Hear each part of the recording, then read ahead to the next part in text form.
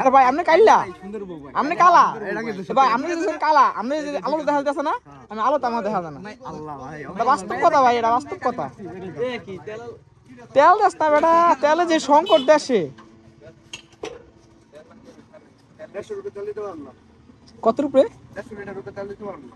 hello 300 একটা ইয়ে আসলে পাম্পে একটু ঝামেলায় চলতেছে তো মানে 150 লিটারের উপরে তেল দিতেছে না বাট এটা আমরে 300 লিটার আর এখন একটু এরকম হবেই ও কইতাছে যে 5-6 দিন এরকম হইবে তো তারপর হয়তো ঠিক হয়ে যেতে পারে আবার অনেক ঝামেলা হইতে পারে সবাই যে তেল মজুত করার জন্য আসতেছে আর আজকে ওদের মানে গত 1.5 মাসে সর্বোচ্চ বিক্রি হয়েছে আজকে দিনে আর কি সবাই লোড করতেছে সবাই তেল নেওয়ার জন্য আসতেছে গেলে নিয়ে তারপর আর ওই গেরেল গুলো দেখতেছেন গেরেল না কি বলে ওটাকে ওই জায়গায় তেল দেওয়া একদম নিষেধ হয়ে গেছে তো মানে ওই জায়গায় তেল দেওয়া নিষেধ তারপর বাইকে 5 লিটার 6 লিটার দিতেছে আর এদিকে তেলের গাড়িও চলে গেছে হ্যাঁ মামা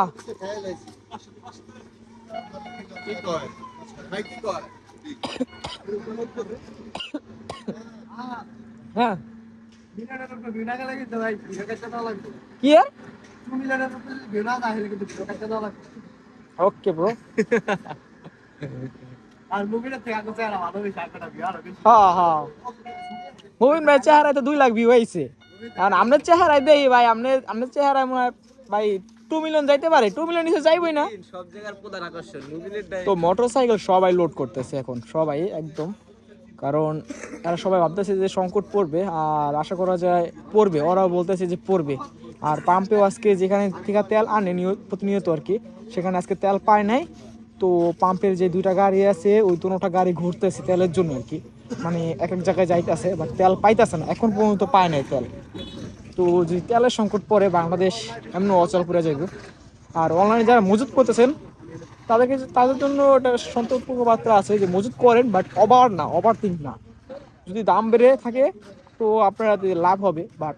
যদি দাম না বেড়ে থাকে তাহলে যদি 7 টাকা 6 টাকা বাড়ে তাহলে আপনি যেই কষ্টটা করতেছেন বা যেই বিষয়টা নিয়ে ভাবতেছেন বা আপনি যে বোতল নেবেন বা বোতল বা এগুলোতে ভরবেন বা পাম্প থেকে রিকোয়েস্ট করে নিবেন সেটা আপনার পুরোই বৃথা থাকবে তো বলবো তো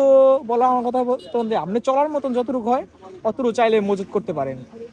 তো আজকের ভিডিও এই জায়গায় আর পাম্পে আবার তো গাড়ি নাই অনেক গাড়ি আছে যারা লোড করতে গেছে প্লাস মোটরসাইকেল একটাও ফুল ছাড়া যাইতেছে না কেউ কম টাকা তেল ভরতেছে না আর কি তো আজকের ভিডিও এখানেই তো আল্লাহ হাফেজ আগামী ভিডিওতে আবার দেখা হবে